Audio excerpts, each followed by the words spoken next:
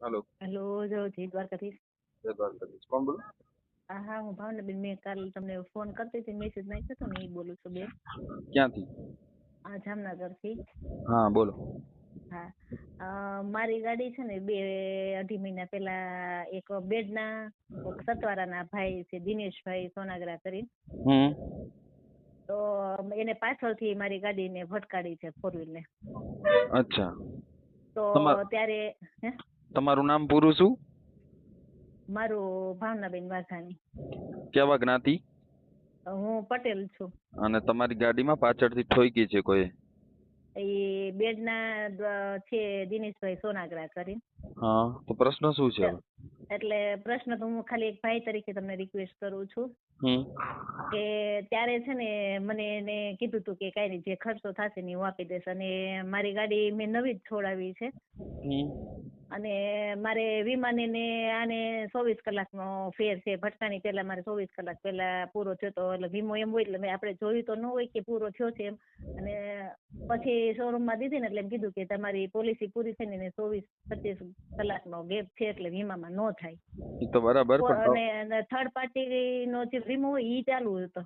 તમને પાછળથી ઠોકી ગાડીમાં તો તમારે બ્રેક મારી હતી કે એનો વાંક હતો કે તમારો વાંક હતો? વાત એનો હતો, એને ટ્રક હતો ને એટલે દેખાણો નહીં. અમે ધીમે ધીમે મારું ઇન્ડિકેટર ચાલુ હતું અને અમે ધીમી રીતે ક્રોસ કરવા માટે અમે વળતા હતા. અને એને ટ્રક આવ્યો, એને અમને સાઈડ આપીને ટ્રક બાજુમાંથી નીકળી ગયો. અને આ ભાઈ ટ્રક હતો ને એટલે દેખાણો નહીં, એને સીધે આવીને ઠોકી દીધી. તો કેટલા રૂપિયાનો ખર્ચો છે? એટલે ખર્ચો તો 1.75 નો છે. એટલે હું એમ કઉ છું કે તું મને 50,000 રૂપિયા દે, બાકીને 1.25 હું દઉં. તો મને એ ના જ પડે, તમારે જ્યાં જવું હોય ને. અને હું વિધવા બેન છું કે તમારે જ્યાં જવું હોય ને જાઓ, જે કરવું હોય કરો, હું પૈસા નથી દેવાનો. મને 2-3 દિવસ પહેલા વિધવાનો ફોન આવ્યો હતો, એ જ નહીં ને તમે? હા, મેં જ તમને ટુ કોલરમાં તમારા વિડીયો મેં જોયા ને એટલે મેં લાવું. એ તો ફોન આપણે વાત થઈ હતી કે નથી થઈ? ના, વાત નથી થઈ. તો મને કેમ મને વિધવાનો ફોન આવ્યો તો બીજી હશે. હાલો ચલો, તો હવે શું કરવાનું હોય તમારે? તો મને હેલ્પ કરીને મને, હું એમ કહું છું કે એમ કે મારા પાસે કાર નથી, એની પાસે વાડી છે, એની પાસે ગાડી છે. મારે તો મારા હસબન્ડ ગુજરી ગયા ને એની ગાડી હતી એ છે. બાકી હું એક વિધવા બાઈ છું. હું એ હોસ્પિટલમાં કામ કરીને મારું પેટ ગુજરાન ચલાવું છું. કઈ વાંધો નહીં બેન, પૈસા તો આવી જશે. એના બાપને આપવા પડશે. એ મને ના જ પડે કે અમારે તો વીમા હોય તો પૈસા દઈએ કે વીમા ના. એ ભાઈ ની કેવી જ્ઞાતિ? ઈ સતવારા છે. બરાબર, આવી જશે પૈસા. કદાચ ગમે એ હોય ને તો આવી જાય. હો શું, તો એ ભાઈ નો ફોટો બોટો છે કઈ? એના નંબર આપો. એના નંબર છે મારી પાસે. એટલે એમાં મને બોલો એના નંબર બોલો તો. તમને વોટ્સએપ કરી દઉં આ નંબર ઉપર? અરે મારે અત્યારે લાઈન ઉપર લેવો હોય ભાઈ ને.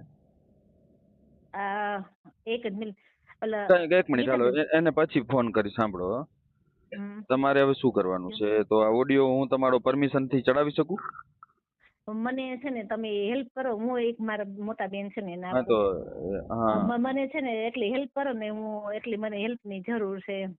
હેલ્પ તો અને મને તો જો મારે એક તો હું વિધવા બાઈ છું, મારે આગળ પાછળ કોઈ છે નહીં. મને એટલે હેલ્પ કરો. અને મારે એટલી કેપેસિટી નથી. આ તમારા ઘરવાળા હતા, રિલાયન્સ માં કામ કરતા હતા, તો ગાડી હતી ભાઈ. એટલે જેનું આગળ પાછળ કોઈ નથી ને એનો હમીર બારાડી છે. એટલે જ મેં તમારો કોન્ટેક્ટ કર્યો. ભાઈ હું કેટલા દિવસથી તમારા વિડીયો જોવે છું અને નંબર ગોતી હતી. પછી કાલે અમે લગભગ કેટલી વાર તમને મેસેજ આ તે કરું, પણ આમાંથી પરમિશન વગર આગળ નહોતું વધતું. પછી તમારો મેં આમાં 900 વાળો છે ને નંબર, એની ઉપર કેટલી વાર મેં તમને મિસ કોલ કર્યો તો એ ફોન તમારો બંધ આવતો હતો. ભાઈ આ નંબર ક્યાંથી લીધો? આ નંબર તો મને વોટ્સએપ માં આવ્યો, બોલો બેન, અને આ નંબર લખેલો હતો. તમે જ મોકલ્યો હશે ને મને?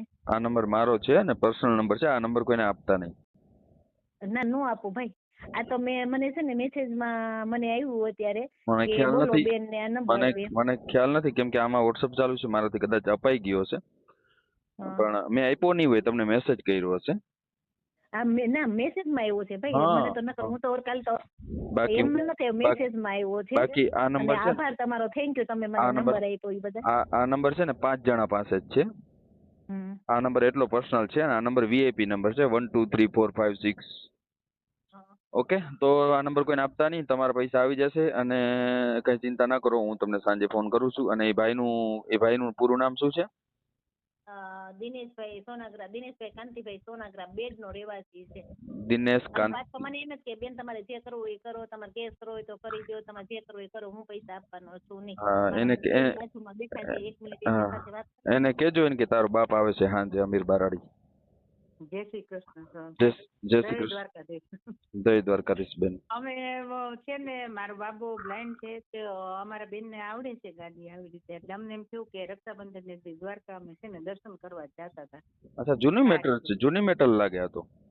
હા 2 મહિના પહેલાની. પણ ગાડી જવાબ નથી દેતો પાછો આવી રીતે. પછી તમારે કેટલી અમે પ્રયત્ન કર્યા, કેટલું બધું કર્યું, પછી અમે પોલીસ ના ઓલામાં ગયા ને ત્યારે એને એગ્રી કરી લીધું કે ના હું કે બધો ખર્ચો થઈ શકે થશે ને એ કરીશ. અને હવે છે ને વીમા નથી એટલે હું ન આપું. એટલે હવે એ છે ને એમ જ ના જ પાડે છે કે ના તમારે જ્યાં જવું એને જઈ લાવ, અમે નહીં દઈ તમને પૈસા નહીં દઈ તમારે. એ તો આવી જશે, શું ચિંતા કરો, જેનું કોઈ નથી એનો અમીર બારાડી છે ને. બરાબર, તમે કઈ ચિંતા ના કરતા. હું તમને સાંજે ફોન કરું છું અને હું થોડોક એક મીટિંગમાં છું. હા ભલે. તમારા પૈસા આવી જશે, બરાબર, કઈ ચિંતા ના કરતા હો. એ ભાઈ ખૂબ ખૂબ આભાર ભાઈ. હા ઓલા બેન ને આપો, વિધવા બેન ને. હા બોલો બેન. બેન આ ઓડિયો હું ચડાવું છું, તમારી કોઈ મંજૂરી છે ને? કઈ વાંધો નહીં, પણ મારું નામ ન બોલતા. ના તમારું નામ ક્યાંય નહીં, પણ તમારી મંજૂરી છે ને, ડિલીટ ના કરાવતા. નામ ડિલીટ નહીં કરાવો, પણ મારું ખાલી નામ ન બોલતા કે આ દિનેશ સોનાગ્રાએ આવું કર્યું છે, બેન ને પૈસા નથી આપતા. એનું નામ બોલવું તો છૂટશે. હું વોટ્સએપ નંબર એને આપું છું, દિનેશ સોનાગ્રા. હા દિનેશ સોનાગ્રા ના નંબર જરાક બોલો ને, ગમે તમે ગોતીને. એક જ મિનિટ હો. ઓલા આમાંથી જવાનું ને. હા આપણે ફોન કર્યો દિનેશ સોનાગ્રા છે ને, ગોકુલમ માંથી કાઢી ફટાફટ હો ભાઈ, એક જ મિનિટ. કેમ કે હું છે ને એક મીટિંગ માં હું, પાછો ઓડિયો ચડાવવો જરૂરી હતો, એટલે તમે નંબર આમાં જ બોલી દો ને તો પબ્લિક ને નંબર ખબર પડે કે આ દિનેશ ના નંબર છે. હા હું એક જ મિનિટ હો, મને બસ આમાં બાબલ નો નંબર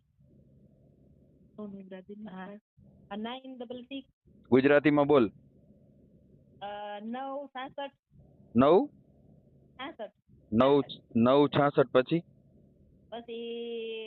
48 ચોકડો ને આઠડો પછી 5 ને બગડો 52 પછી 3 ને 95 3 ને 95 પછી બસ.